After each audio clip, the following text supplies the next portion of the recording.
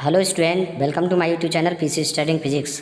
तो स्टूडेंट, आज हम प्रैक्टिकल परफॉर्म करने जा रहे हैं to find refractive index of liquid water by using a concave mirror. यानी कॉनकेव मिरर का यूज करके हम एक लिक्विड है जैसे वाटर का हम रिफ्रैक्टिव इंडेक्स फाइंड करने जा रहे हैं। इसके लिए हमें रिक्वायर्ड एपरेटस चाहिए, कॉनकेव मिरर चाहिए, स्टैंड चाहिए, needle, clamp, metre scale, water. तो इन सभी एपरेटर्स का हम यूज करेंगे। तो इसमें एक डायग्राम जिसके लिए हमें जिसको हम मतलब किस तरीके से परफॉर्म करेंगे इस प्रैक्टिकल को, तो ये डायग्राम में देखें। इस डायग्राम में देखेंगे ये हमारा एक स्टैंड है जिसमें एक वर्टिकली क्लैंप स्टैंड ये लिखा हुआ है। तो ये हमारा एक स्टैंड है, इसमें एक ऑब्जेक्ट पिन को हम लगा देंगे।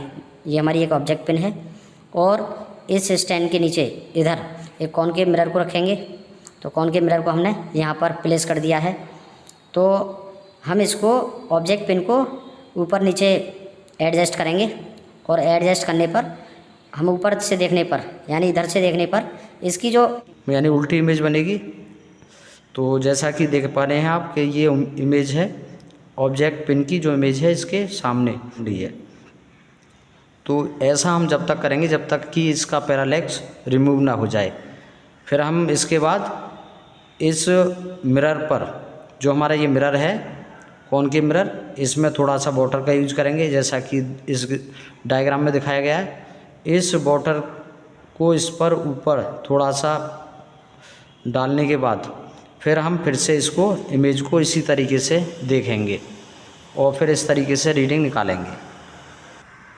फार्मूला यूज्ड, तो इसमें हम इस फार्मूले का यूज करेंगे 1/μ equal sine I upon sine R. Mu की वैल्यू मतलब म्यू हमें फाइंड करने के लिए ए सी अपॉन ए सी डैश निकालना होगा। ए सी यहाँ पर हमारा क्या रहेगा, विदाउट वाटर। जब हमने वाटर नहीं इसमें डाला और हमने कॉनकेव मिरर जो रखा है उसकी जो रीडिंग निकाली है हमने, तो उसको हम बोलेंगे ए सी। ए सी डैश रहेगा हमारा जब हमने उस पर एक मतलब वाटर डाल दिया मिरर के ऊपर और फिर हमने उसको कॉन्साइड किया, इमेज पिन को और ऑब्जेक्ट पिन को कॉन्साइड किया, तो उसके लिए हम सी डैश बोलेंगे। तो फिर दोनों का जो डिवाइड है वही हमारा म्यू होगा यानी रिफ्रैक्टिव इंडेक्स होगा। तो आइए इसे परफॉर्म करते हैं हम। तो इसमें हमारे पास एक स्केल है जो 1 मीटर का है यानी 100 सेंटीमीटर का। तो ये हमारे पास एक स्केल है और ये हमारे पास एक स्टैंड है और यहाँ पर ये ऑब्जेक्ट नीडल जो इसमें ये प्लेस हो रही है। और इसको ये हमारे पास जो रखा हुआ है ये वाला कॉनकेव मिरर है। तो इसमें हमने कोई वाटर नहीं अभी यूज किया। अब हम पहले ये वाली हेड को फाइंड करेंगे यानी ऑब्जेक्ट नीडल से, और इस पर जो इमेज बनेगी बट उसी की, और हम कोशिश करेंगे कि ये बिल्कुल करेक्ट इनमें कोई पैरालैक्स भी ना हो। तो देखो अब इसमें आप देख पा रहे हैं कि बिल्कुल टिप टू टिप मूव कर रही हैं ये दोनों ही साथ साथ। जब ये टिप टू टिप मूव करें तो इसका मतलब इसमें कोई पैरालैक्स नहीं है।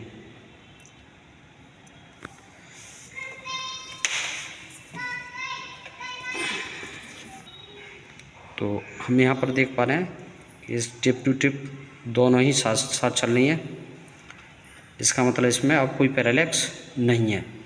तो इसी रीडिंग को हम नोट कर लेंगे, स्केल की हेल्प से मेज़र करेंगे। तो ये मैंने स्केल लगा लिया है और स्केल की हेल्प से मैं इसको देखता हूँ कि ये कितने सेंटीमीटर पर हमें दिखाई दे रही है।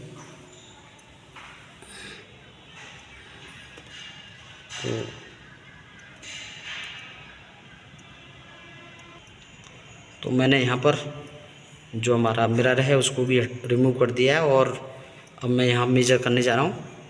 तो आप देख पा रहे हैं इसमें 37.2 जो हमारा करीब स्केल बता रहा है, मीटर स्केल। तो इसी रीडिंग को मैं नोट कर ले रहा हूँ, ये हमारा AC रहेगा। तो हमने AC को मेजर कर लिया है। अब मैं इसमें वाटर का यूज करूँगा, तो इस पर वाटर की कुछ ड्रॉप के लिए इसमें डालूँगा। तो ये हमारे पास वाटर है और मैं यहाँ से थोड़ा सा वाटर ले करके और इस पर कुछ ड्रॉप डालता हूँ इस पर।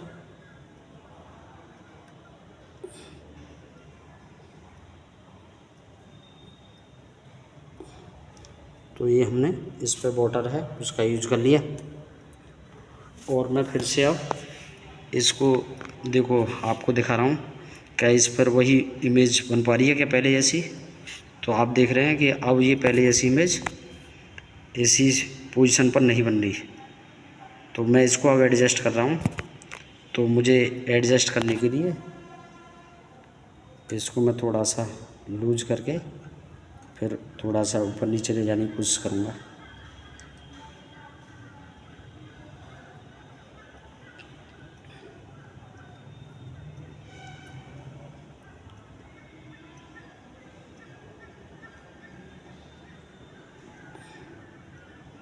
इसमें मैंने वाटर का यूज करके जो मेरी इमेज है वो टिप टू टिप मूव हो रही है ऑब्जेक्ट नीडल के साथ साथ। देखिए साथ साथ ही मूव हो रही है, कोई पैरालैक्स भी नहीं है। तो यहीं पर मैं इसकी इस रीडिंग को मेजर कर लूँगा। तो ये हमारे पास मीटर स्केल है और इस मीटर स्केल का यूज करके मैं इसको आपको दिखाता हूँ मेजर करके।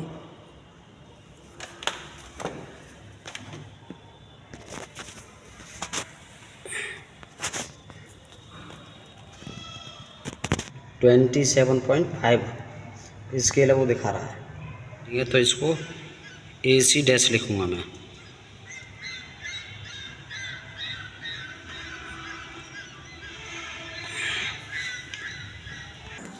तो ये हमारी ऑब्जर्वेशन टेबल है जिसमें हमने फर्स्ट वैल्यू को AC को फाइंड किया, फिर AC डैश को निकाला, फिर उनका म्यू फाइंड किया। इसी प्रकार से मैंने दो वैल्यू और फाइंड की, पहले विदाउट वाटर फिर वाटर का यूज करके। तो हमारी म्यू की वैल्यू ये आ गई। ऐसे हमने दो वैल्यू को और निकाल लिया। अब मैं इनका मीन फाइंड करने जा रहा हूँ। तो मैं इन तीनों वैल्यूओं को प्लस करूँगा और 3 से डिवाइड करूँगा। तो इस तरीके से मेरा मीन वैल्यू आ जाएगी, यानी वाटर का रिफ्रैक्टिव इंडेक्स आ जाएगा। तो वो मैं यहाँ पर नोट करूँगा। तो इसकी मैंने मीन निकालने के लिए μ1 μ2 μ3 तीनों को प्लस करके 3 से डिवाइड कर दिया। तो ओवरऑल मेरा ये वैल्यू लगा करके 1.34 ये आ गया हमारा म्यू का वैल्यू, यानी ये आ गया mu refractive index of water. तो इसी वैल्यू को मैंने रिजल्ट में नोट कर दिया। तो ये हमारी कुछ प्रिकॉशन होंगी, जैसे parallax should be removed tip to tip. Parallax को अच्छे से रिमूव करना है, टिप टू टिप मिलनी चाहिए दोनों ही, यानी ऑब्जेक्ट नीडल और इमेज नीडल। तो ये हमारे कुछ प्रिकॉशंस हैं। तो ये प्रैक्टिकल हमारा यहीं पर होता है फिनिश। ऐसी वीडियो देखने के लिए हमारे चैनल को करें subscribe. Thank you for watching everyone.